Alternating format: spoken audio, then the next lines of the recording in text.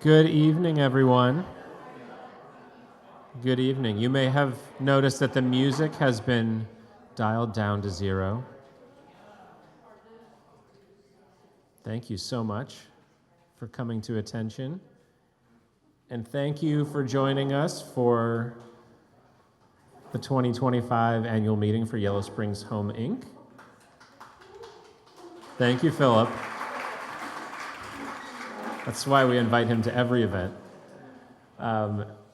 We have a great program for you this evening, as we always do. I think many of you have been to more of these annual meetings than I have.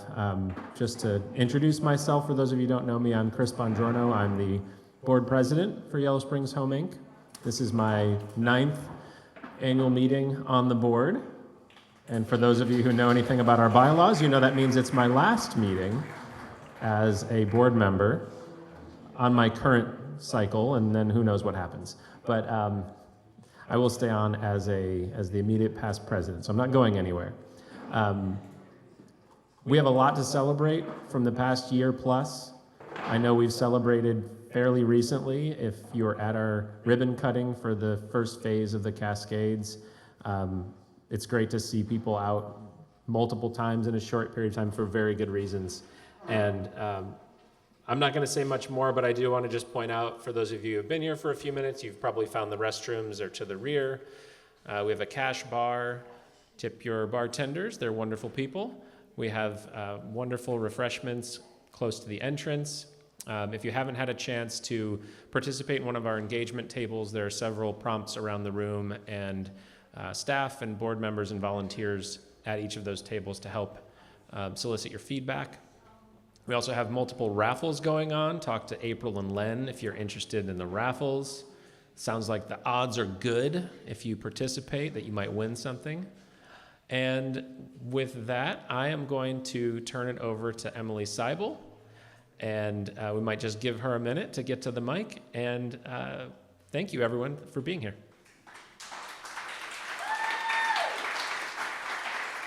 Yay, Chris Bognar, you're so awesome. Thank you, everybody, for coming. I'm Emily Seibel. I'm the executive director. And we are so happy to be celebrating with you today. We have a lot to celebrate. And it's wonderful to see all of your faces. And I hope you enjoyed yourselves so far. So we have a very special award to give out. Actually, just one second. Is Alex somewhere? Oh, I don't know where the awards are, Alex. Okay. Anyway, we have a very special award to give out. This is in honor of Tony Bent, who was on the board when Home Inc. first started 26 years ago. And he went door to door campaigning for our first house. With it, there was a hand-painted banner. It said, "Let's build a house." And we've come a long way since then. So this is an award in recognition of a significant contribution to advancing affordable housing in Yellow Springs. And there really is no one that we could give this award to that would deserve it more. This year, after many, many years, over a decade of keeping the torch alive for affordable senior housing, being unwavering in their dedication and commitment and leadership, advocating, maintaining waiting lists, coming to meetings, organizing people to come and speak, raising support, and keeping our focus on this really important initiative. I am very thrilled to thank the founding members of the all-volunteer Senior Housing Working Group, Suzanne Patterson, Andre Bognar, and Helen Iyer.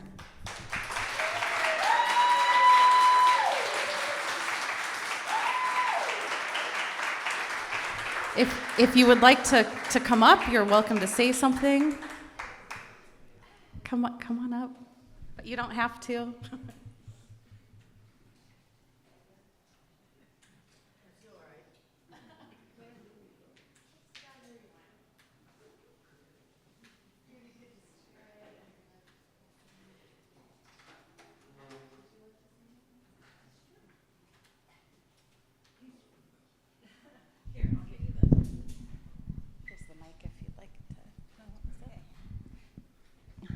My name's Suzanne Patterson, and I'm very happy to be here. Home Inc. is very special to some of us, and we started working on affordable housing decades, it seems like, ago. And so we're following right along, although we're retired from most projects. So anyway, we were invited to come, and this was very, very generous, and thank you so much.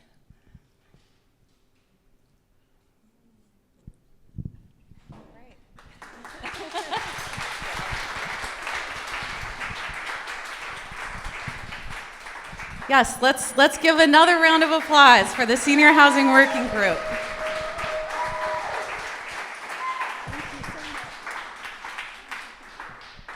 I was there in the beginning. Thank you. It's great. It's going on and on. Thank you. All right. Next up, we have some new board members to elect, and so I would love to invite Len Kramer, the chair of our governance committee, up. And I don't, is anyone else hearing an echo, or is it just us? Okay. There's an echo. That just means you'll hear me twice. So I'm Len Kramer, Chair of the Governance Committee. One of the things we do at an annual meeting is ask you, our members, to elect our nominees for the board for the next year. And we have five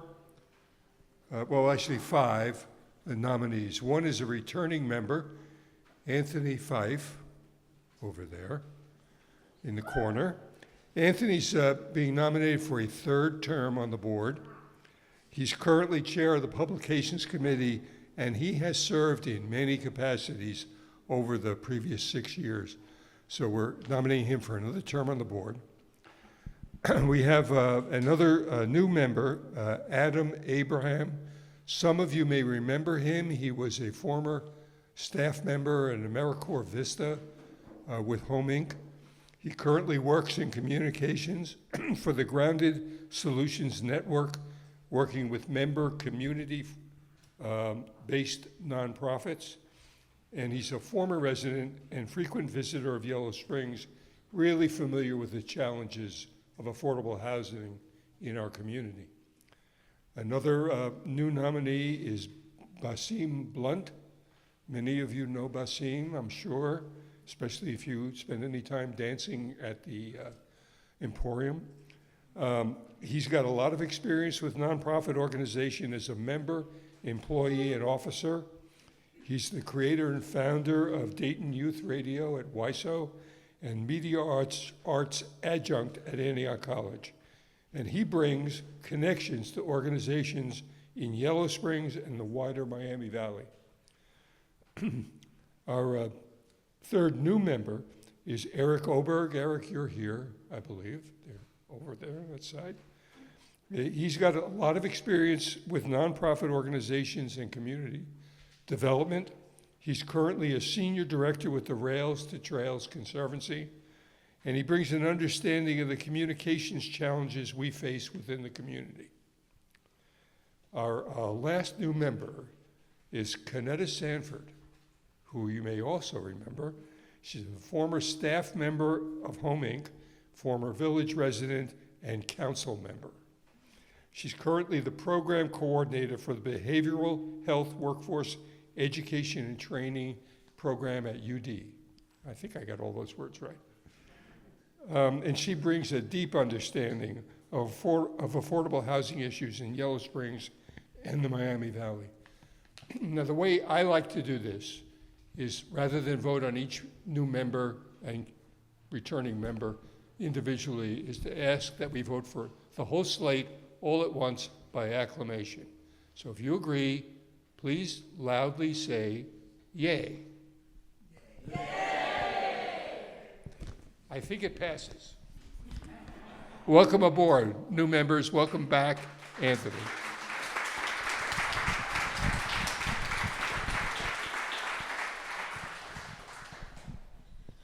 Thanks. We have a great board. We always have the whole time I've been with Home Inc. the last 16 years. It's very supportive, very positive, and yet also very open to different opinions and challenging each other to grow. And it's been a really dynamic and important, I think, board structure. So speaking of which, now I think, do you have the, yeah, okay. So now we are going to recognize outgoing board members. This is like the end of an era, but they're not going anywhere, I don't think. But, so I remember Christopher Bongiorno, who has served as our board chair and truly been an absolutely unstoppable force of support and wisdom and guidance and leadership. He started 9 years ago. He's now terming off, along with Dr. Kevin McGruder, who literally wrote the book on race and real estate and has so much financial acumen, business acumen, and has really been a mentor in real estate finance. He is also terming off the board after 9 years, serving as our treasurer, not once but twice. And he's going to stay on as emeritus after this is done. And then Steve McQueen is also terming off after 9 years, and he has been involved in publications, in fundraising, in member events, in recruiting new board members, always showing up in a variety of different ways to support our mission. And it's just been a pleasure working with this group. So we'd like to call you up one at a time, and then we want you to stay up here. So.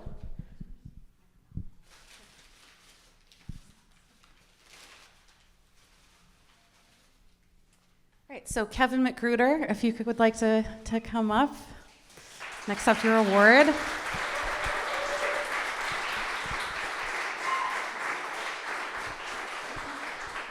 you like to say anything? I was thinking this afternoon that Home Inc. is a real anomaly. I lived in Harlem for 25 years, and at that time, this was in the 1990s when I was working for a CDC, and Harlem's population was about 300,000 people. There were about 6 CDCs there, so that's roughly one CDC for 50,000 people. We're an anomaly because we have a CDC for 3,800 people, and it is thriving because of the generosity of residents.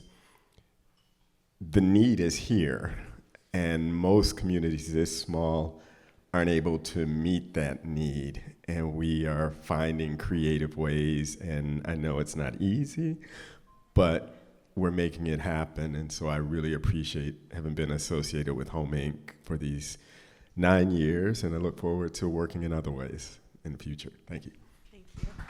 And if you could please just step to the side, but stay. Okay, Steve McQueen, if you could join me to be recognized for your contributions.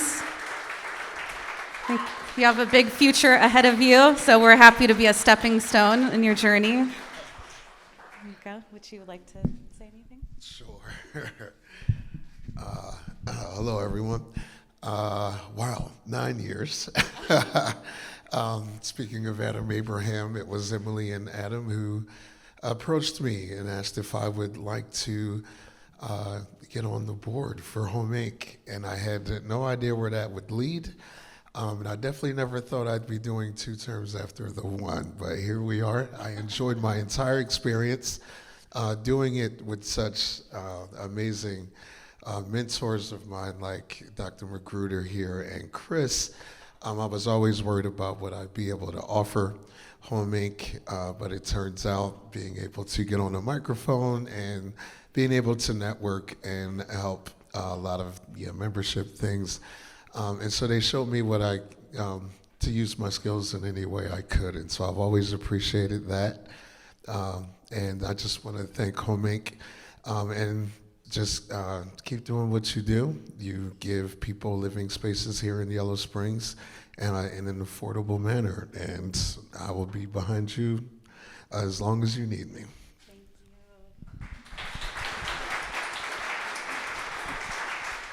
And last but not least, we have Christopher Bongiorno. Gets a big award. And we are, it says we are grateful for your transformational leadership. I know that we are a better organization because of your leadership, and I really mean that from the bottom of my heart. So thank you so much. And would you like Thank you. Sure. Thank you. And I know I already spoke, so I'm not going to say as much, but just being able to serve for 9 years with the two of you has been a great privilege. I don't think we could have predicted that we would join together and stay on. But when you look at this organization and the consistency of leadership and staff and community support during just those 9 years that I'm familiar with, it shouldn't have surprised me.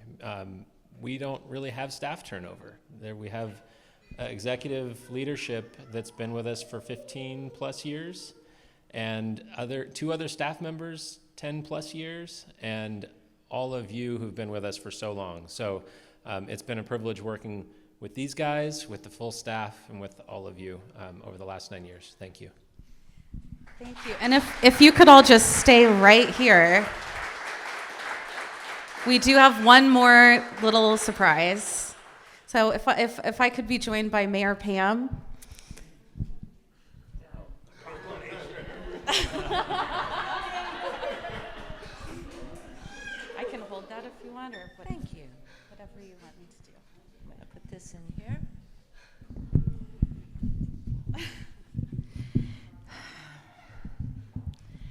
You know, one of the things I enjoy doing more than anything as mayor is all the celebrations that we do, be it a wedding or a parade, or in this case, a proclamation. So what would a special event be without a proclamation for these fellas, right? It's the first Home Inc. proclamation of all time, I think. My goodness. Actually, I think it might be the second, perhaps. But, you know, I have a tendency to mix up my organizations. So we'll call it the first grand proclamation, for indeed it is. You know, when you write a proclamation as mayor, you put out the words, somebody calls, they have an event they're celebrating. So I say, submit, I don't know, half a dozen bullet points, and I'll take it from there. And I write it up. I'll ask them what they'd like the day to be called, that sort of thing. Sometimes they know, sometimes they don't. Emily knew. Now, usually a proclamation is about a page long.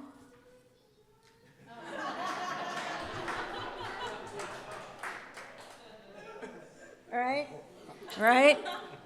So I thought, oh my goodness, where do I start cutting? Well, I began to read it, and at the end I thought, I'm not taking a word out of this thing, because it was humorous, it was informative, it was historical, and actually when you write a proclamation, it becomes part of the historical record for the village.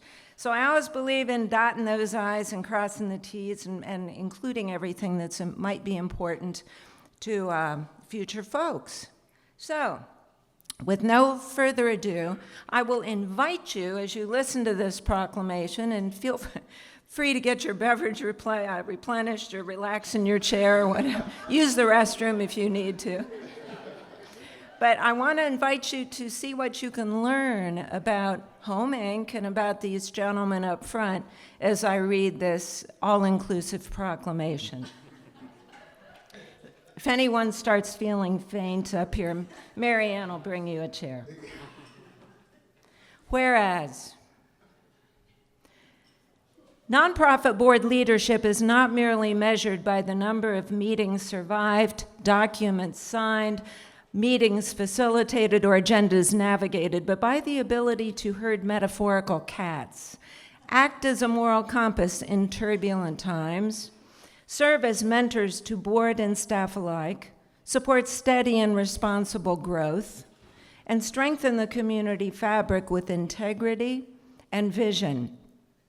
And whereas outgoing board president Christopher Bognar has been the beating heart of Yellow Springs Home Inc. Board, embodying excellence in creative and ethical leadership while simultaneously demonstrating unparalleled skill in navigating zoning regulations, supporting the affordable housing development process, and the ability to monitor a construction zone from his home office and immediately inform staff members if there's an unusual number of geese congregating. 42. I counted 42. You heard it here, 42. Whereas President Bognar further distinguished himself by personally signing more forms, letters, and checks than any mortal should endure, heroically navigating archaic systems that would test the patience of a saint. Whereas Christopher has shown that the true contents of a board are not rubber stamps or echo chambers, but divisive lived experience and prospectively healthy debate, unwavering support, collegiality and respect, and, when required, Jedi-level patience. And whereas board members Stephen McQueen II and Dr. Kevin Magruder have likewise served as the conscience of the board, offering steady wisdom, courageous vision, financial and business acumen, and a masterclass in balancing risk aversion with boldness, all while generously mentoring new members and leaving a legacy of thoughtful succession planning, the nerdy kind of excellence that only the wise and brave truly celebrate. And whereas 9 years on a nonprofit board requires not only wisdom, but also Olympic-level calendar jugging, fluency in scheduling judo, and the endurance to sit through at least 10,000 agenda packets and/or hours of public meetings without losing one's sense of humor. And whereas all three honorees have demonstrated the board service in Yellow Springs is not for the faint of heart, as it involves navigating a community that is both highly opinionated and deeply well-meaning, two qualities that occasionally collide like tourists at the street fair. That's a good one. And whereas their combined years of service represent not only mental gymnastics, scheduling judo, and patience of sages, but also the gift of creating an organization where people want to work and they keep working, even though lean budgets, passionate debates, and ever-evolving chorus of community voices arise. And whereas through divisive times and collective triumphs, these three leaders have managed relationships, carried responsibilities, and reminded us that ethical, creative leadership centered in diversity, equity, and yes, inclusion, is not a luxury but a necessity for advancing our housing democracy and social justice now and for future generations.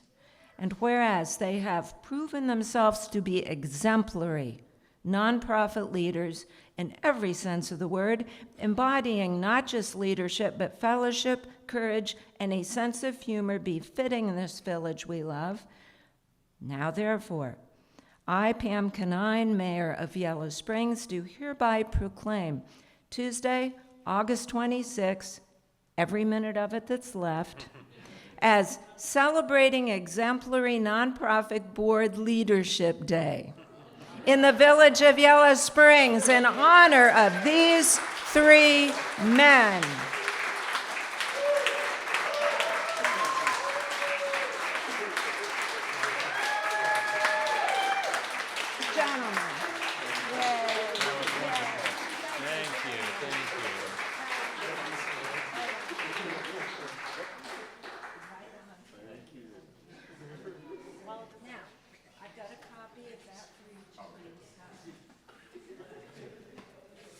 Bet you learned a few things on that one.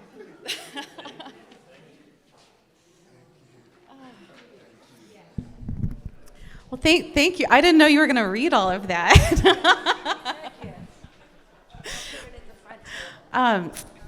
So, Kevin, once you set your stuff down,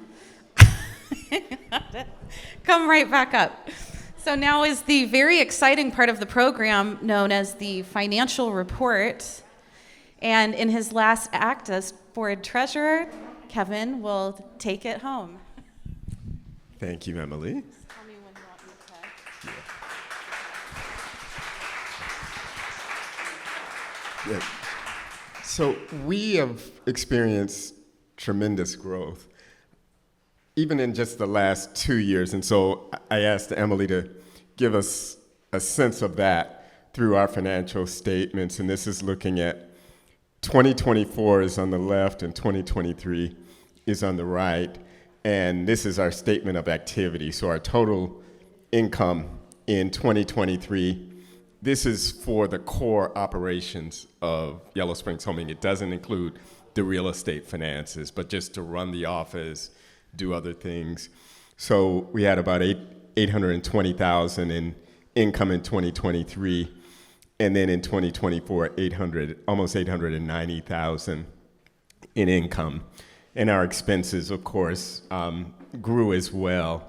And then when we come to the bottom line, though, we see that Emily and other staff are prudent managers, and so in 2023 we had net income of about $25,000, and 2024 net income of almost $158,000, and so that net income we're able to use going forward, and that's really the challenge that Emily and I have talked about, is that growth brings challenges, but if we are managing that, looking forward, that's really one of the things that the Finance Committee looks at a lot is cash flow.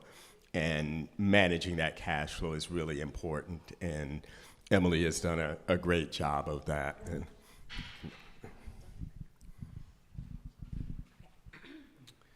And then this is the statement of financial position. So this, what in for-profit world we call it the balance sheet.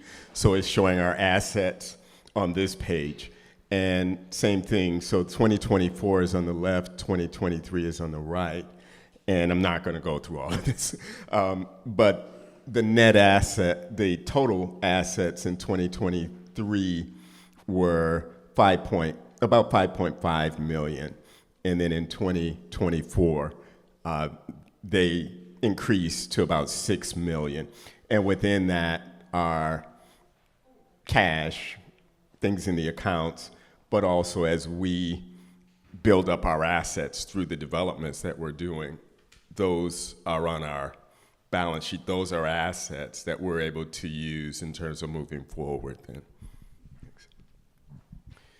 And then the liability side is showing we are often using debt to build those assets, and that's just a natural part of, in terms of real estate finance.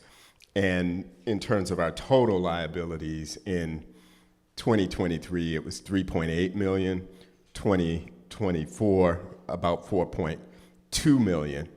And our total equity, which is what if we take what we own, subtract what we owe, it's giving us a sense, if we were an individual, it would be this is our wealth. And in 2023, it was 1.6 million, 2024, 1.8 million. And so it's showing that growth. And, we know that we're excited about the cascades that's on the cover of the report that you have. And so we wanted to really show you phase one and what that looked like. And this is where the fact that we have staff who've been on board for a while, it's not easy cobbling together financing in a village of 3,800 people. We're not a metropolitan area, but they were able to do it. And so this is showing the project costs of the first phase, so that's what we just celebrated. And the first column is showing what was budgeted or what was expected. And so we expected it to be about 2.3 million. It ended up being about 2.34 million. And the site development costs were higher than expected.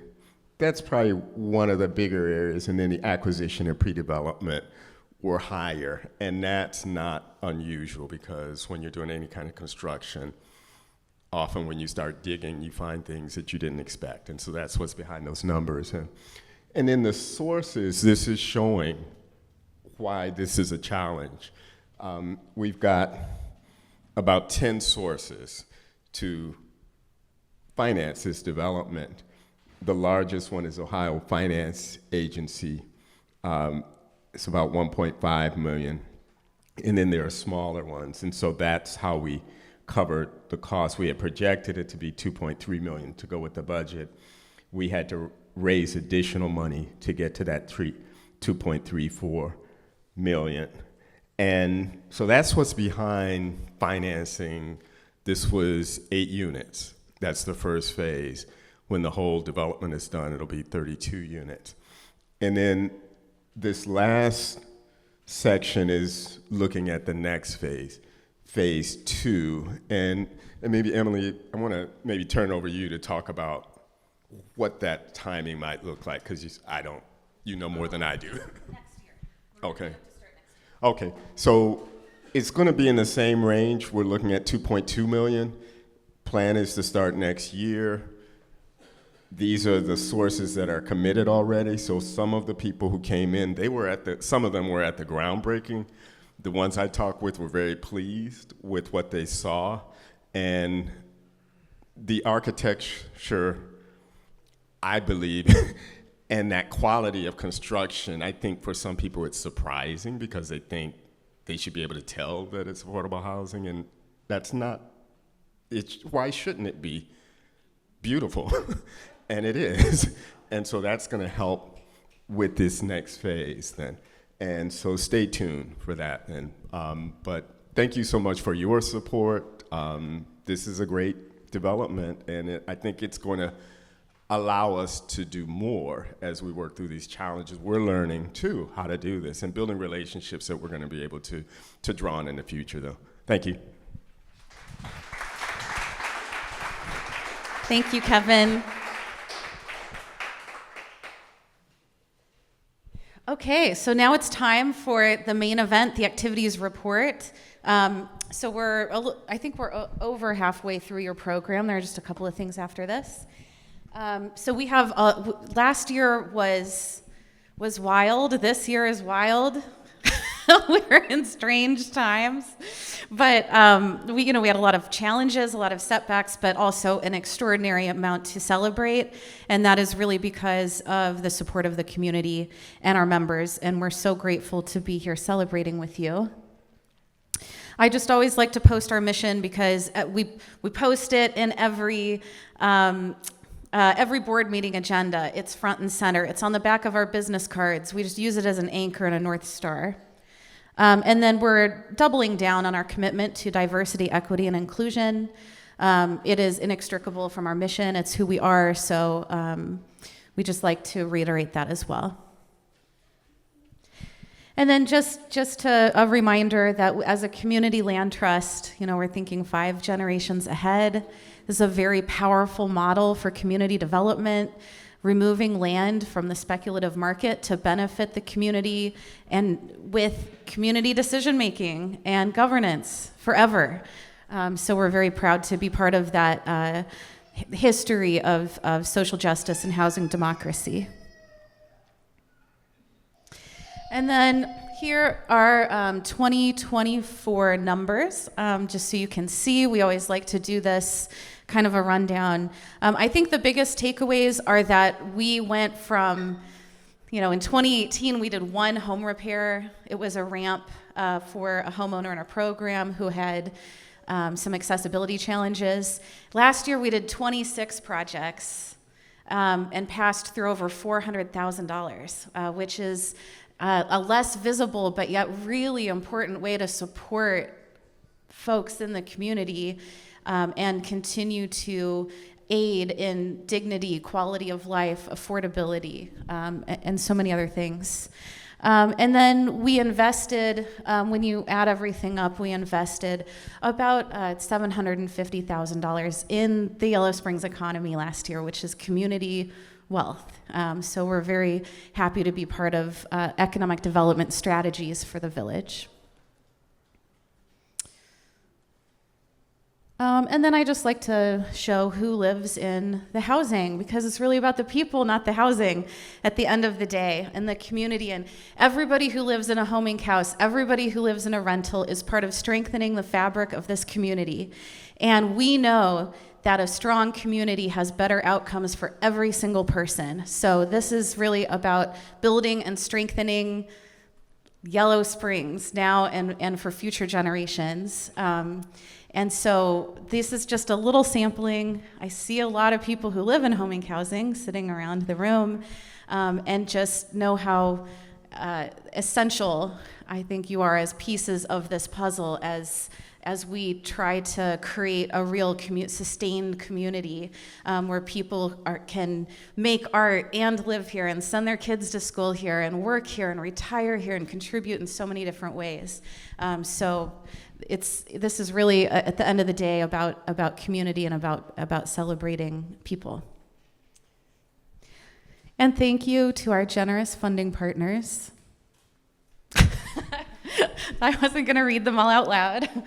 And let's get on to the highlights. So we broke ground on the Cascades project in about a year ago, almost exactly 1 year ago, which was over a decade in the making. That's why we were so excited to have the members of the Senior Housing Working Group here. We received 66 applications. We're working through lease up right now. And we can't wait to start on the next chapter of this. But I really want to applaud the Board of Trustees, because they ensured that we did not lower our standards in any way to get this project expedited. And so I think you can really see the quality commitment in the finished product. And, I'm really grateful that we did everything the right way. And I think you can see it and feel it, and especially thanks to you, Chris Bongiorno. And just a reminder of what the project is going to look like when it's all done. The first phase does look like the picture, so we're happy about that. It doesn't always happen. And then this is just a little window into what it takes to make a project happen. And this is what I really want to point out, is that the construction is the really easy and visible part at the end. Sort of like an iceberg, like there's the part you see and then 90% of the work you don't see. But that invisible work is what makes it possible to keep doing housing. And so that's where the membership support and the community support really comes in, is allowing us to keep working day after day or year after year, and be unflagging in our enthusiasm until these projects get the shovel in the ground. And then this is on the wall on a banner over there behind Steve. He's pointing at it. But I just think it's important to document how much it takes to get these projects off the ground. And it's really more than one organization or one small staff can do on their own. And the only reason we got from here to here, again, is because of the support and generosity of the community and of our members. We learned a great deal along the way. Andre, I'm so happy you're here. You popped into my mind every time I thought about giving up, just so you know. I think that you served that role for all of us and kept us going. So we learned a lot. We applied for tax credits. We pivoted. The Morgan Family Foundation made it possible for us to get the land at no cost to support a smaller project, which really was hugely instrumental. And then now we're done with the first phase, and all of this stuff melts away the moment the first tenant moves in.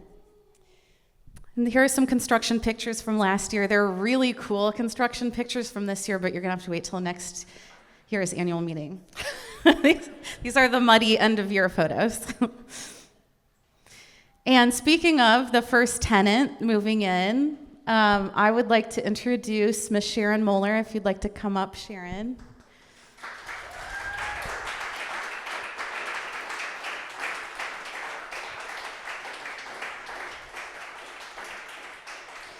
So Sharon Moeller, I'll just tee this up. Sharon Moeller has been renting. She's first signed a lease to rent from Yellow Springs Home Inc. on August 1st, 2009.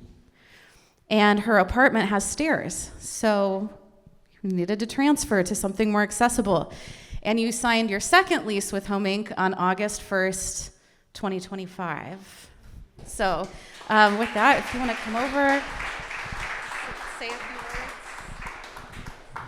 Well, I know how very, very lucky I am to have lucked into the little cottage in the first place. It was quite a project. It was done by volunteers here in town mostly. And I would just happen to be looking for a place to live. And there was an ad in the paper. And it said, would anybody be interested in renting Home Inc.'s cottage? And I said, me. So I've really enjoyed that little house. It's an old house with a lot of history. And moving into the new place is the first time I've ever lived in a house younger than me.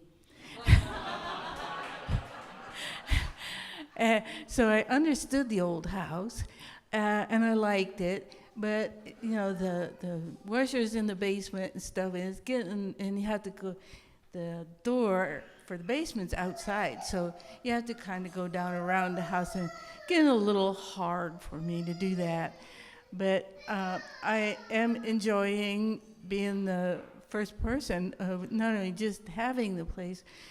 It's an adventure being the first person there. People keep knocking on my door and asking if they can rent the other places. I said, I think they're already spoken for.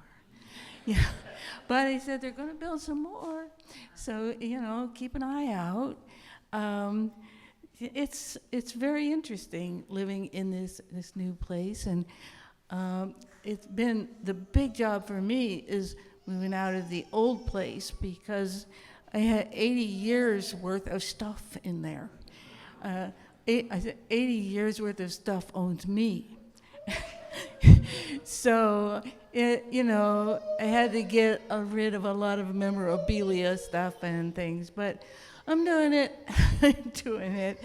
And so it is an adventure living in a new place, and I'm very, very grateful to be so lucky as to have lucked into having Home Inc. for my landlords.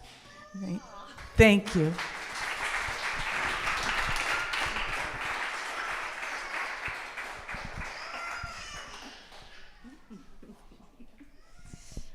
Sharon's also like the best tenant ever, so it's a win-win, really. I just wanted to share some cool stuff that you may or may not know about that happened last year. So first is in November, we were presented with the Patricia Rousseau Community Advocacy Award. And that is through the Access to Justice Foundation. It's based in Dayton, the awards, and we were nominated by our volunteer legal counsel, Michael Laudenslager, from Advocates for Basic Legal Equality. So super fun night. The award's over there. It's like cool looking. It's a joy, and so it was a real treat to also have to make a speech 48 hours after the election It was a good challenge, a good space to be in. So, so we're very grateful for that. And then about a week later, we got interviewed for PBS and CNET, or CET, sorry. And they have a brick by brick podcast that's exploring solutions to the housing crisis, looking primarily at Dayton and Cincinnati and sort of this Southwest Ohio region. And so they did an episode on community land trusts. They went into the home of Valerie Cronus-Bickett and interviewed her as her experience as a homeowner. But you can find the whole thing, the whole podcast is on our website. And we just got interviewed last week for a follow-up episode, and they're going to roll a video out in the next month or so too. So that was a really cool experience. And then we have a couple of special announcements. The first one is that the Ohio CDC Association, and this, oh, Jenny. The Ohio CDC Association is our trade group for community development. And they've been around for over 40 years. They lift up nonprofits that are doing everything from food access to job creation, commercial development, but mostly affordable housing. But these are groups that are dedicated to their neighborhoods and their communities. And we were nominated, and we'd found out a couple of days ago that we won the CDC Project of the Year for the state of Ohio for the Cascades.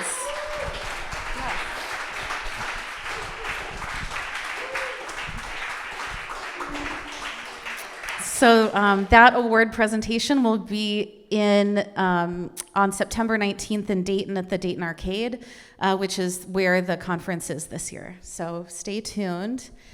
And then this guy, I don't know if you recognize him or not, but he's our state senator, State Senator Kaler. But I think Barbara knows him, right? Yeah, you know him. But anyway, we got this in the mail yesterday, which we weren't expecting. So it's from the Ohio Senate. It's a proclamation.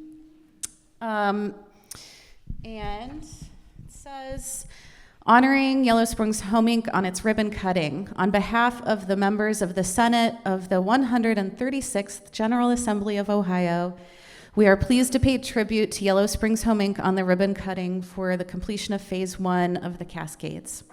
Congratulations are certainly in order and understandably, as this affordable housing project has generated considerable excitement. Starting with Phase 1, which is composed of 8 rental units aimed at seniors with low to moderate incomes, the Cascades is certain to earn the appreciation of many satisfied residents. And this development convincingly demonstrates how very much can be accomplished by conscientious people with clear objectives and firm resolve. Indeed, this project is a justifiable source of pride and a fine reflection not only of Yellow Springs Home Inc., but also on the Yellow Springs community as a whole. Made possible through the diligent efforts of a diverse and dedicated group of individuals, the Cascades is deserving of high praise. By fulfilling an important niche in the Yellow Springs area, this outstanding project will help expand access to affordable senior housing, and we are certain that in the years to come, it will gain a reputation of excellence, which will quickly become its hallmark. Thus, it is with sincere pleasure that we salute Yellow Springs Home Inc. on the ribbon cutting to celebrate Phase 1 of the Cascades and extend best wishes for the future. And then there's the seal of the President of the Ohio Senate, and it's signed by Senator Robert McCauley, the President of the Ohio Senate, and then Senator Kyle Kaler. So it's just another thing we'll put up in the office. And again, I just want to underscore the part of that said this is really about recognizing the whole community of Yellow Springs, because everything we do is rooted in community, and this project is a reflection of all of you.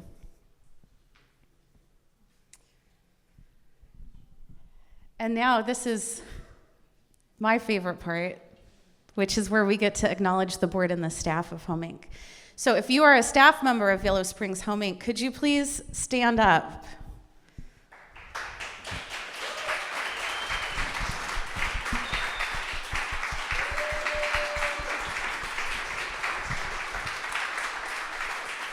So we have 4 full-time staff members. Chris had to leave early. Then we have our Encore Miller Fellow, Tom McCaffrey. We have an Antioch student Miller Fellow, Miles, and then we have 2 AmeriCorps Vistas. And again, I know I keep reiterating it, but the reason that we're able to accomplish so much with such a lean staff is because of the generosity and support of Yellow Springs. It's really rare to have a CDC for even a place 10 times this big or 20 times this big. Dayton doesn't have a Yellow Springs Home Inc. So we're very grateful to you. And if you are a board member of Home Inc., will you please stand up?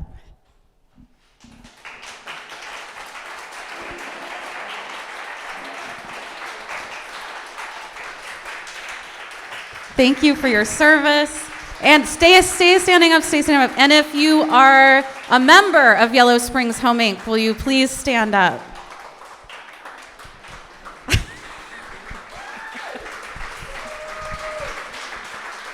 And if you're just here, stand up. No, I'm just kidding. But thank you so much for all of your support. And this brings us to Brittany's least favorite part of the program. Alex, would you like to join me? So we understand that Brittany didn't want a video. But there is a video. We're not going to play it just yet. We also know that there are a lot of jokes at the Home Inc. office about how much our day-to-day work is like Parks and Recreation. If you're familiar with it, I think in the pilot episode, Leslie Knope says, after she goes to a public meeting and people yell at her, she goes, when people are yelling at me, I just hear them carrying really loudly. Which is, I may or may not have on a poster hidden somewhere in my office. But so because we wanted to do something to celebrate Brittany that didn't totally embarrass Brittany, because you have such a good sense of humor, we wanted to celebrate your 10 years of service as our development coordinator with a very special Parks and Recreation themed tribute. And before you press play, Leslie Knope is known for really thoughtful gift giving. Challenge accepted. If you look inside your bags, you will find a few things. A bouquet of hand-crocheted flower pens, a mosaic portrait of each of you made from the crushed bottles of your favorite diet soda, and a personalized 5,000-word essay of why you're all so awesome. Okay, did you get that? So Brittany, will you come up here? You can bring Jenny if you need to. Okay. We'll see how this goes. Brittany, if you could come up. I'll bring it to you. Okay. It won't be mic'd, but so Brittany's a really great mom. It's one of the things that oh, good, okay. Hi, Jenny.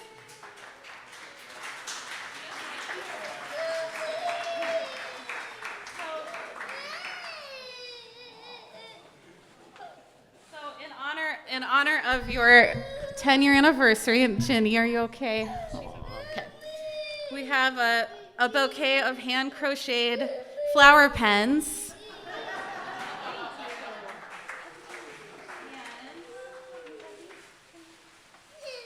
Way too much.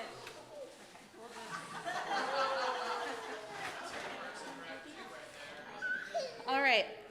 And then we had a picture of your first big grant application turned into a mosaic. And then we turned the mosaic into a puzzle because we didn't have any crushed bottles of your favorite drinks. So here is your mosaic. Thank you. And then the last thing that we did was we wrote a 5,000-word essay about how awesome you are and bound it into a book. It's 30 pages. And we went out into the community and asked people to share things. And I'm not going to read it because you'll probably die, but I will point out a couple of things.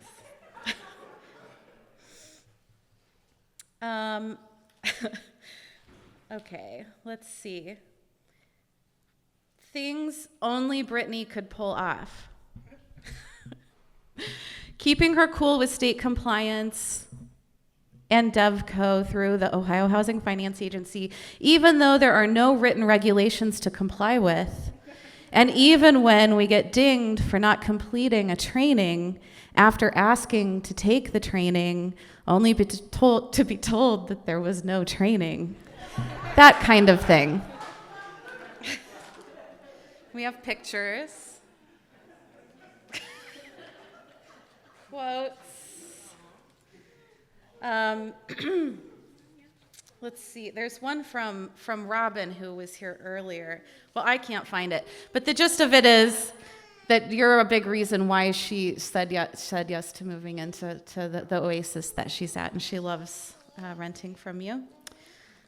So let's have a toast to Brittany. I feel like you're ready to wrap this up. So here's to Brittany. This is on page 30. Dependable and brilliant, funny and kind, an anchor for our team, and a friend to us all. May the next 10 years bring even more laughter, more homes, more joy, and maybe just a little less paperwork. Cheers to you.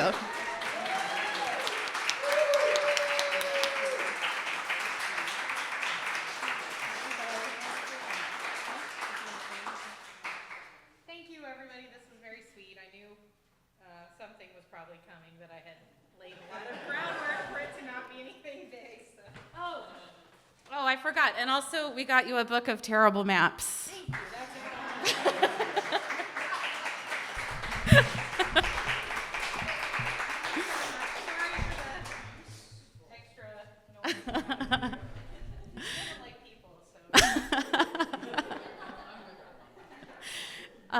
And in true homing tradition, we also have a really cool other thing for you, but it's not here. So we'll give it to you tomorrow or Friday.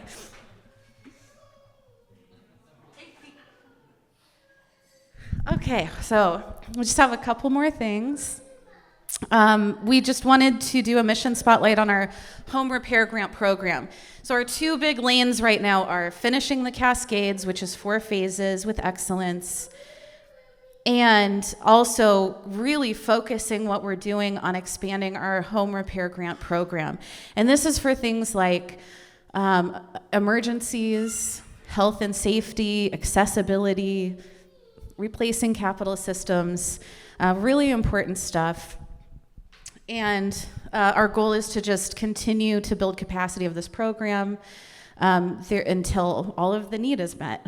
So with that, I would love to introduce Beth Knepper.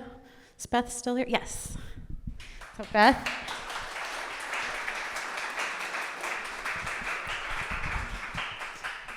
Hi, Beth. Do you want me to describe you, or are you happy? No, I'll a little bit. Yeah, I think if I knew I was going to have to speak in front of people with a mic, I might not have said yes.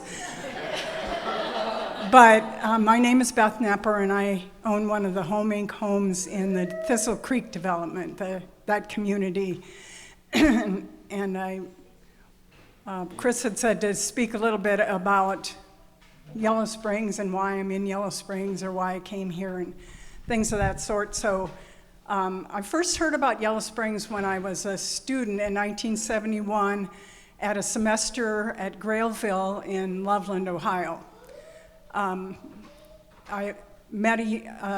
We were doing our own programming for our coursework, and we were studying about Appalachia. And a young man who had been an Antioch student and had done a slide presentation about flowers in Appalachia came to speak. He was familiar. He lived in Yellow Springs. He'd been a student here, so that was my first introduction. And then fast forward to 1989, and I'm living in Dayton, close to Miami Valley Hospital, and had been kind of a nice area. A lot of people who worked at the hospital lived in that area, so I felt, pretty safe there. And then the community started to change dramatically, and there were one summer evening there was guns in the street. And I said, I'm out of town, I'm moving as soon as I can find a place. And one of the places that I looked at was Yellow Springs. I just happened to drive down Limestone Street. I saw a little apartment available, and somebody was working in the yard. I talked to her, and that was all that it took. And I lived in that apartment until 2007, and then a friend told me about Home Inc. And I thought, well, I'd kind of like to, I'd been thinking about how I'd like to live kind of out of the fray of traffic and on the edge of town. I'm a farm girl, I kind of wanted to be on the edge, be able to still walk into the villages. And so I looked into that, and they just happened to be building in Thistle Creek. So now we have the prairie right there, and I've had my dream come true there.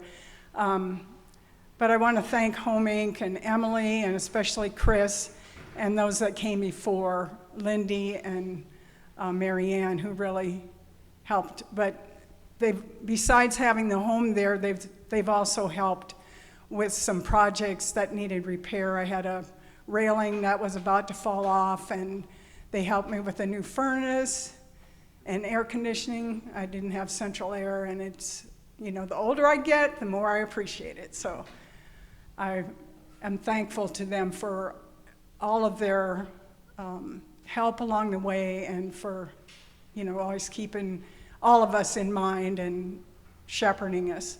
So thank you. Thank you.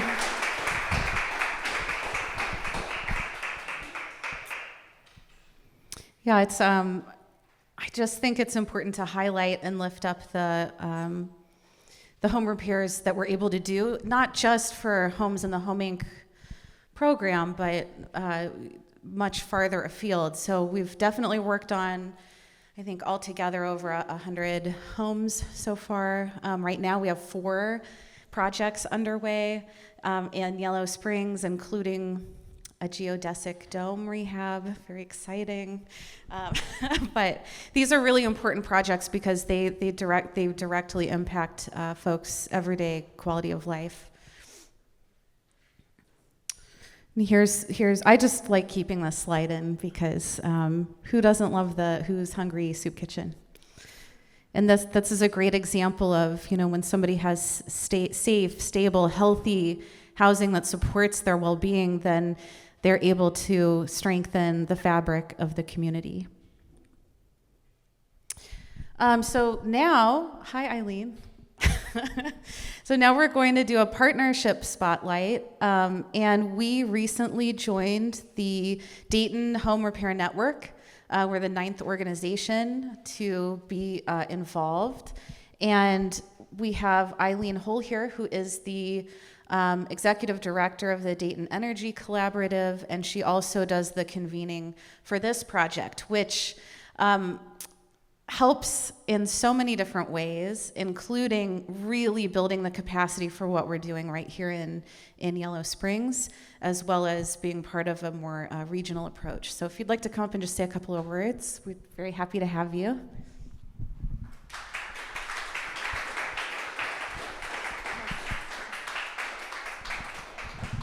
Hi, everyone. It's good to be here.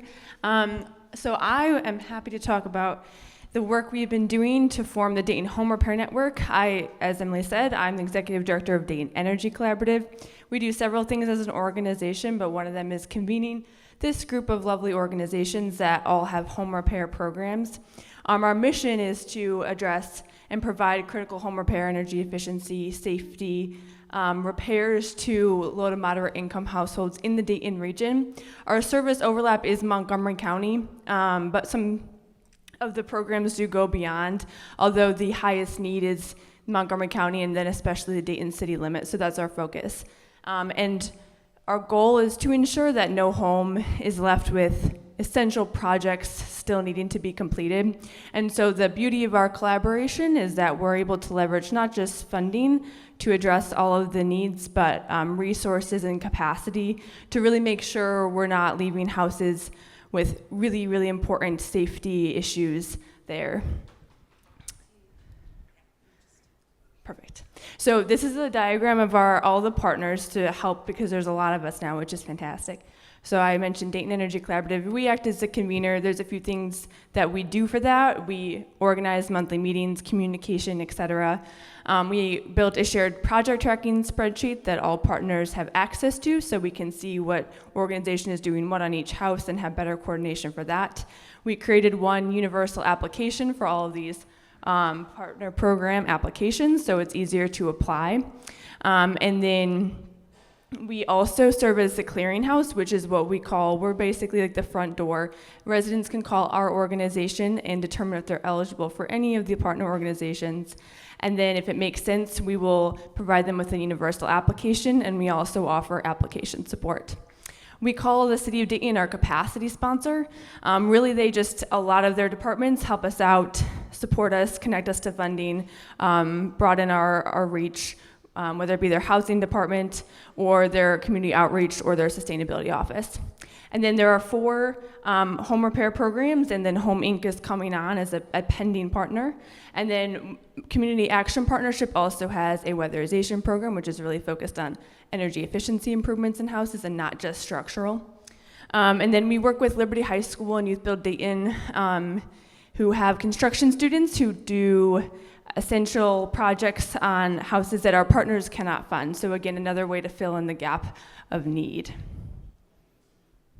There's plenty of benefits of collaboration, as you can imagine, but I highlight a few on this slide to understand how we work together and the impact. We say that there's a potential of $50,000 per household by working with us. That is really grant dependent and case by case if the eligibility of the individual. But it's really important to look at that number, because a lot of times grants have a restriction of something around $10,000 you can put, or you need to put $10,000 and then match for the rest of it. And you can't do a whole lot for $10,000 anymore on a house.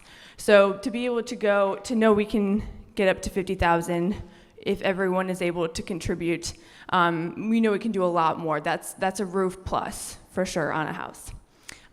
We are able to address, as I said, comprehensive approach. We go into a house and we don't just have to focus on the top priority. We can look at that whole house, and if one partner can't do it, we siphon it off. We say, hey, this house has a great need, and this is something that we do really well. If some house has a great need, we pull in the partner, say this is a high need, we need to get into this house as soon as possible. And then there's lots of research of how doing home repairs and weatherization together is the best way to reduce energy bills or energy burdens. And again, wider reach. So of course, the different organizations and the different ways that they do outreach, just a different name recognition of those, we're able to reach more households, hopefully those who have the highest need. And adding more partners just adds to our capacity. And so with Home Inc. coming on as a pending partner, right now we're working to bring them into our collaboration, onto our shared spreadsheet, and we're working on them as they're applying and kind of getting their households for the next Carol M. Peterson grant. We're working them into our process for referring them to us as a clearinghouse, and making sure our residents are eligible and seeing how we can fit that in. And again, those houses coordinate with our partners. We're going to be working together in October as several partners are applying for that grant to make sure we coordinate that and aren't double counting households, so that we're reaching as many people as possible with that grant. So those are some of the things we're working on right now. I just have an example of a collaborative project and how we work together in this house. Obviously, you can see the extensive exterior need and the transformation after. And I'll just name the few ways of how the collaboration made this possible. So there were 2 grants that were stacked from a Lead Safe Ohio grant and ARPA dollars from the city of Dayton via County Corps, but also there was application support that made this applicant eligible. There was a lot of eligibility barriers and navigation that my staff supported to make them eligible. And then now we're helping them apply for weatherization. As you can see, the exterior would make them, with the roof holes and everything, they would be deferred for weatherization because you can't put insulation on a house and a roof when it's leaking like this. So now we're hoping to get the house weatherized, and for any interior damage, which there is obviously with water damage, we have a GAP project program that we have created for that specific thing so that we don't have to defer a household for weatherization. So that's just an example of how we pull in different partners and make sure we can address high need houses. And I just have our executive committee contact info for the Dayton Home Repair Network. I'm happy to answer questions or say anything else that I missed, Emily. But thank you for your time and listening.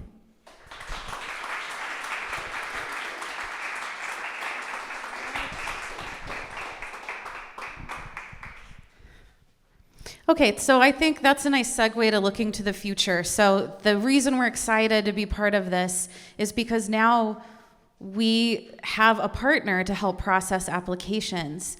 There are social workers on staff, so everybody can get assigned someone to help them look not only at what resources are available through the home repair program, but more broadly. And then we're also in a position to be able to stack resources.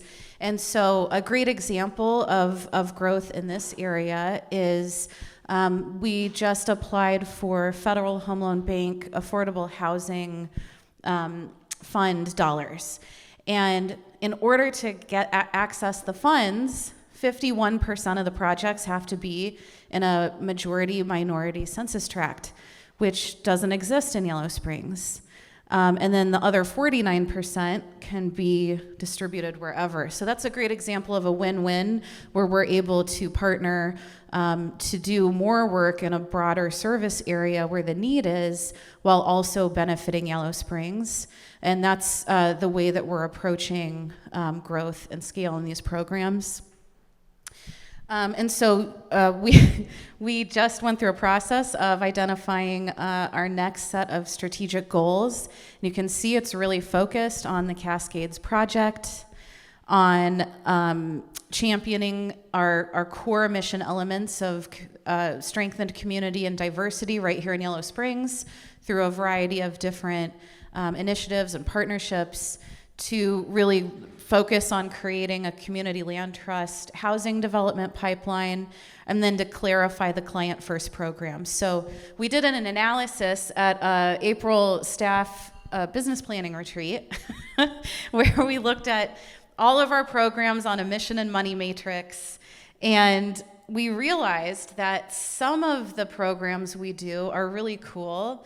And like the low interest mortgage packaging is a really great program. We've actually done it in 14 counties. We didn't realize that until we did an analysis. But we realized that the highest and best use of our time right now in this moment is to really focus on major home repairs, and then the DEI work in Yellow Springs, as well as creating a pipeline of affordable housing development. And then just always looking at capacity, how to make sure that we're around, because there's they call it in the land trust world, the audacity of perpetuity. So if we're saying we're committing this for this to be affordable in 5 generations, we better have a plan for how to be around in 5 generations. So that's something that we always take really seriously through multi-year business planning, et cetera. But again, our mission is always what anchors us. That's it. Thank you for coming.